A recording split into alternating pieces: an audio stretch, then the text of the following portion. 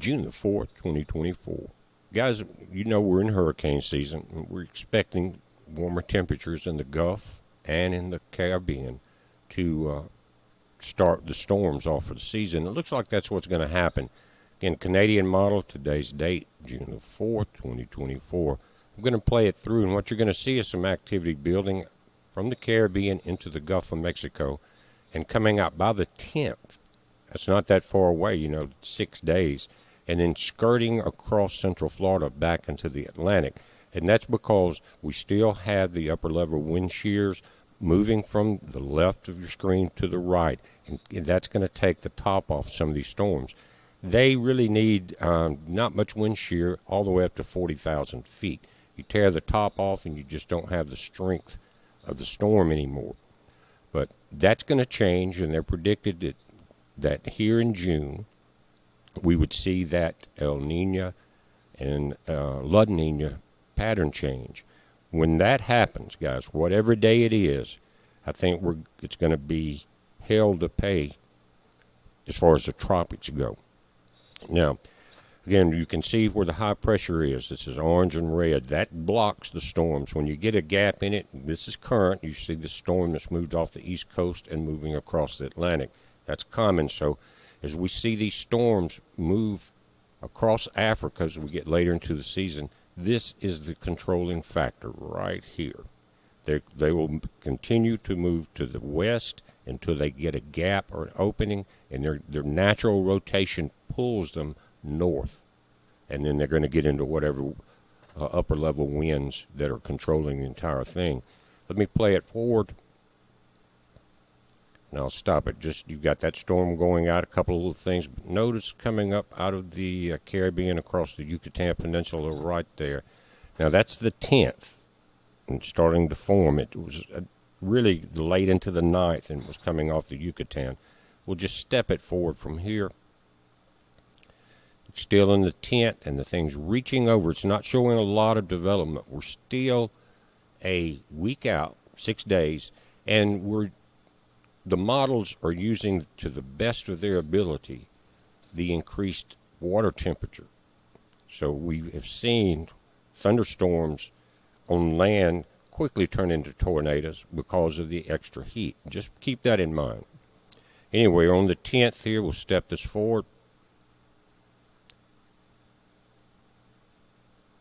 Crosses central Florida, just north of, it looks like Lake Okeechobee there in the swamps, moves out, catches a very northeast section, North America right here. Looks like it will become a storm for you guys over in the UK to keep an eye on. Now, this goes up to the 14th. So we got from the 10th coming out off the Yucatan until the 14th out into the central Atlantic. So let me speed it up. We kind of look at it like that. It's going to skirt up the East Coast once it comes across Florida. Now, where? We don't know. You got millions of people along the East Coast, New York, all the big cities are there. So that's what we're dealing with. So you've got possibly 6 days to get prepared. There it is in the Gulf cutting across. It doesn't show a big strong storm or anything yet, but we've been caught off guard too many times by the weather predictions not being able to calculate correctly the heat of the ocean. And that's because they're using models.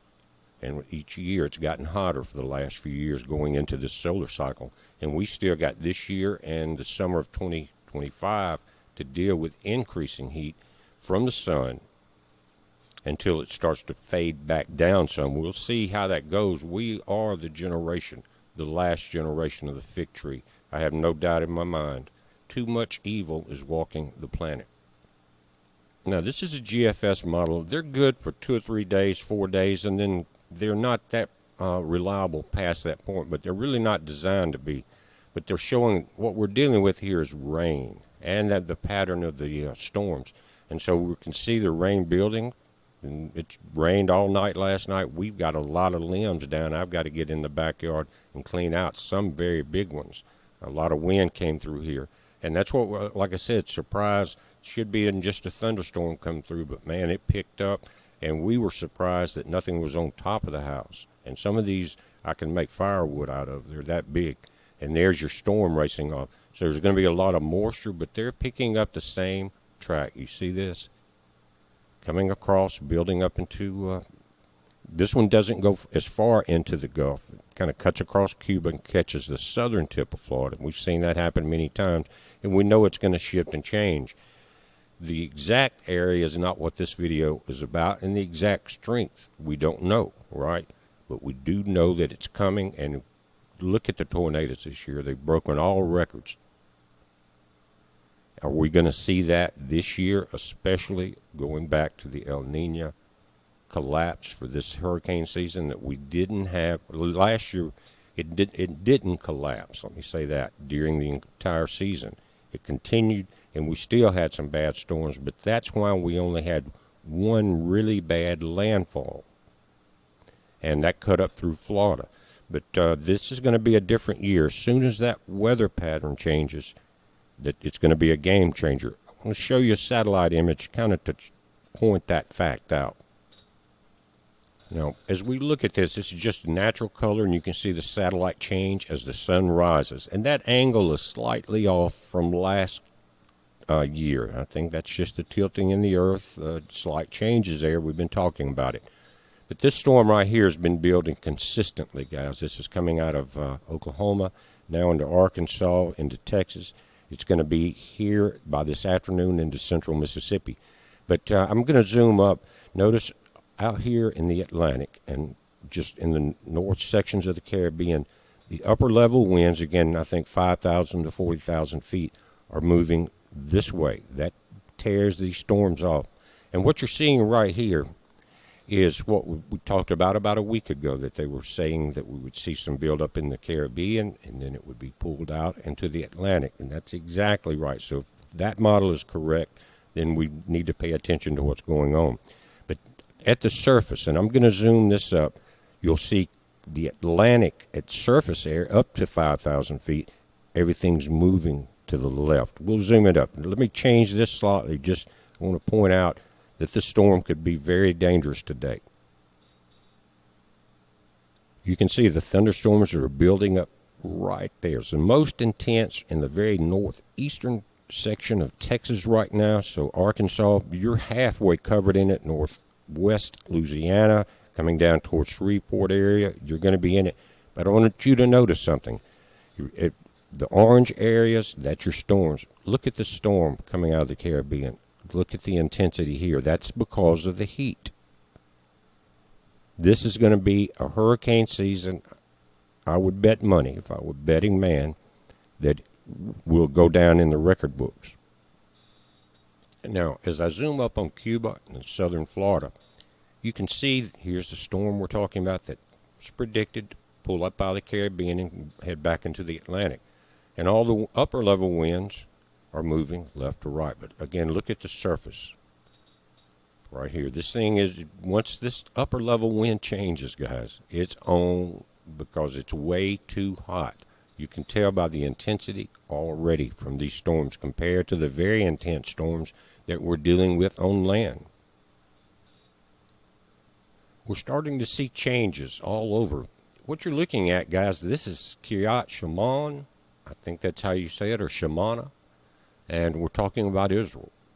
It says Israeli media has confirmed that a large blaze is spreading in the Ramon Ridge area near Kiryat Shimona, reportedly as a result of rocket impacts in the area over the past days. Homes in Kiryat Shimona have been destroyed, and the fires are surrounding more communities. It's hot. Rocket fire and heat, dry conditions create these type firestorms. Guys, if you notice to the right, that's blocking the sun out. We're talking about wars and rumors of wars, and we're talking about Babylon, not just here, but worldwide. Let me show you another section in the very top parts of the Babylonian Empire. Now, I want to touch on just a couple of headlines. I'm not going to go into the articles. NATO country sends Air Force instructor to Ukraine ahead of F-16 arrivals. They're pushing everything they can into Ukraine the devil cannot stand that one country will not go along with the world banking systems. They're still basically a Christian nation. They can't stand that. And Babylon was heavily infested into Ukraine before this conflict started, years before, because we knew from the constant bombing of Ukraine to some of its own citizens in the northern areas that were more pro-Russian than they were basically U.S. and Europe. They're pushing the nuclear button also, guys. We've got war hawks here that say, go ahead, you have our permission to attack with our missiles, even the nuclear option to stop Russia. It's insanity. Now, back, I think, to the very top palace of the Babylonian Empire, like I mentioned. Think of this, and I'm going to show you a map. It says 20% of New York City hotels are now migrant shelters. 20%. And New York is full of hotels, guys. And it's saying New York City hotel prices have never been higher. Illegal immigration is part of the reason why. Mayoral graft is another. I'll click on it and read it, but that kind of says it. In other words, guys, in these hotels, and it's a hellhole. Certain areas are totally Sodom and Gomorrah. And that's why they pulled the T-Man, Mr. Trump, straight into the hellhole of the world to try him. But the mayoral grafts part is very interesting because of all the millions and billions being spent to house these people, they jack the rates up. And so you got the mayors, governors, hotel owners taking advantage of being able to charge extremely high prices on our tax dollars to the government for this. They want cities changed. They want the vote. And like anything evil, it always backfires in the long run. But let me show you a map, guys, and you're not going to believe it. I've never, ever in my life wanted to go to New York City. I've been to D.C. twice. The first time it was okay. Second time it was I'm not even going to say. Never have I wanted to go to New York. I remember many years ago when I was working with companies like IBM, we had some training to do. We had two places to choose. We were going to be going out of town, flying out, either to, I think it was maybe Secaucus, New Jersey in that area, or to Los Angeles. Well, at that time, L.A. was not what it is now. Believe me. And let me take that back. This has been over 30 years. And there were areas that were still pretty decent. Most of the hotels by then were Chinese owned, and you could now see that creep of influence and money has spread throughout California and in many places across the nation. I think China owns more farmland than most people. You've got some other people involved in that, Bill Gates and all, and they want to control how we grow the food that we need. In other words, like I said last night, poor food makes weak nations, and high prices makes it even worse, because if it wasn't poor quality, you couldn't afford to get it anyway. So it's a basic slow starvation process to weaken this nation. Now, these orange circles are now no longer public hotels. No matter how much money you got or I've got, we can't go to any of these hotels. Look at Midtown in Manhattan right here. You're basically in I would hate to say it, third world country at that point. And imagine being pulled into this hellhole to go to trial. But again, all of these orange dots are now taxpayer-funded shelters. You can't get in them. You're not allowed in there. You can't even come up and say, I need a room. How messed up is that when you're paying for it anyway? Think about what they've done. The mayors there, the governors, the leadership of the nation. They think this vote getting is going to work for them. But what they don't realize, and I'm talking about state, local levels, is that Satan is above all of this. Money doesn't matter to him. He uses that as greed for the governors and the mayors. He wants destruction and chaos. We will unleash the nihilist. You ever heard that term? Well, that's what they've done. How this will play out when there's no more money to pay for all of this. What is it? What are they thinking? And it's probably a long-term plan, maybe not on, again, the local level, because the mentality there is not there for long-term planning, I don't think, unless you're in the very top evil echelon of things. What will happen when the money plays out? They think that these folks are going to vote for them in November, and they may, because of the handouts, luxury hotels, plenty of money, buy what you want. But when the election's over and that money runs out, the hell's going to break loose, regardless of which side wins. Now, we're just going to have to wait and see. But, guys, this is just a small area. But this is a very concentrated area of population. And imagine when you've got that many foreigners here, and you pull in, again, a trial against the man that wanted to put up the walls, and you have the mentality there already in place before this happened of that liberal mindset. I saw it in D.C. the last time I was there, and we couldn't wait to get out. It had infested the locals, the mentality had, and it was just blank stares if you tried to talk about anything that made any sense. And what we're dealing with, I'll end this here, one of the pinnacles of the Babylonian Empire. Very much akin to Sodom and Gomorrah. Now, you know when some of the mainstream outlets start complaining that it's getting bad, and we're seeing more and more of that. People you thought would never turn against the Democrats are starting to do that. But this is the New York Times, and they're reporting why New York City hotel rooms are so expensive right now. Not only that, why the areas are so dangerous. They don't talk about that much. In late 2022, as thousands of migrants began to arrive in New York City, city officials scrambled to find places to house them. They quickly found takers, hotels that were struggling to recover from the pandemic-driven downturn in tourism. Now, we're talking about short-term planning as far as the mental level of the local governors, mayors, that quick cash, and you know there's money that goes around the whole circle. Then you're talking about long-term planning, going back to the pandemic, knowing what it would do. It says dozens of hotels from once grand facilities to more modest establishments closed to tourists and began exclusively sheltering migrants, striking multi-million-dollar deals with the city. The humanitarian crisis became the hotel industry's unexpected lifeline in New York.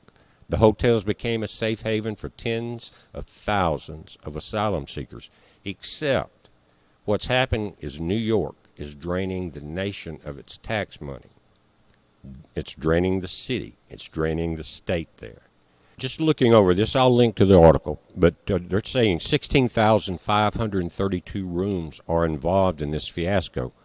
About 65,000 migrants are being sheltered in hotels, tent dormitories, and other shelters in large part because of the city's legal obligation to provide a bed to everyone who needs one.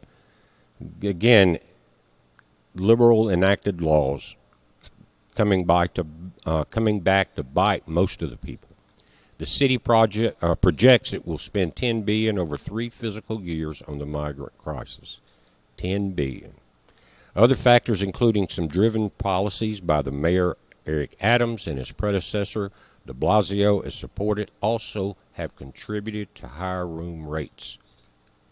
Again, unleash the nihilist. It says 3 things we're dealing with here, and I'll end it. It says uncontrolled immigration, an alleged right to shelter. That's some of the laws, I think, Local Law 18 by Mayor Adams. A corrupt mayor purposely removes listings to benefit a favored political group. I wonder who that would be. But again, we're dealing with what I think Babylonian Empire, certain different areas, but it's all going to go down, and the ships and the captains will stand afar off as the smoke rises, crying, what will we do now with all of the things that we traded and bought and sold, including human beings and souls? All things that are rich. You've read it in the Bible. When these things happen, it's going to take that for most people to wake up. I'm afraid. Most of you that watch this channel, you've been awake for a long, long time. We've seen it coming, and now it's here. What we do now is, in my opinion, is to you circle your wagons, friends, family, provisions. Think about other things in traveling across the nation, traveling across the planet, because not many places are safe. Think about the things that you can do, cut back on all the expenses that you have, except for your survival needs. Those cover 3 or 4 different things. You know what they are. It's time for that, though. And the main part of it all is to turn to our Father in heaven. Ask Him how each step before you take it. Father, is this what I need to do? And what happens is, you're still going to make mistakes. We all are. But you get into that mindset of having turned it over again to our Father and letting Him guide you. And the more you do it, I think the stronger that will become. And that's what really is going to be the only salvation. What saved Lot? The Lord sent angels down there and got him out. His wife wouldn't listen, according to the story. But that's what happened, and that's what can happen to you. The Lord will gather from the 4 corners of the earth His election. I hope we're part of that. It's a heads up, guys. Be safe.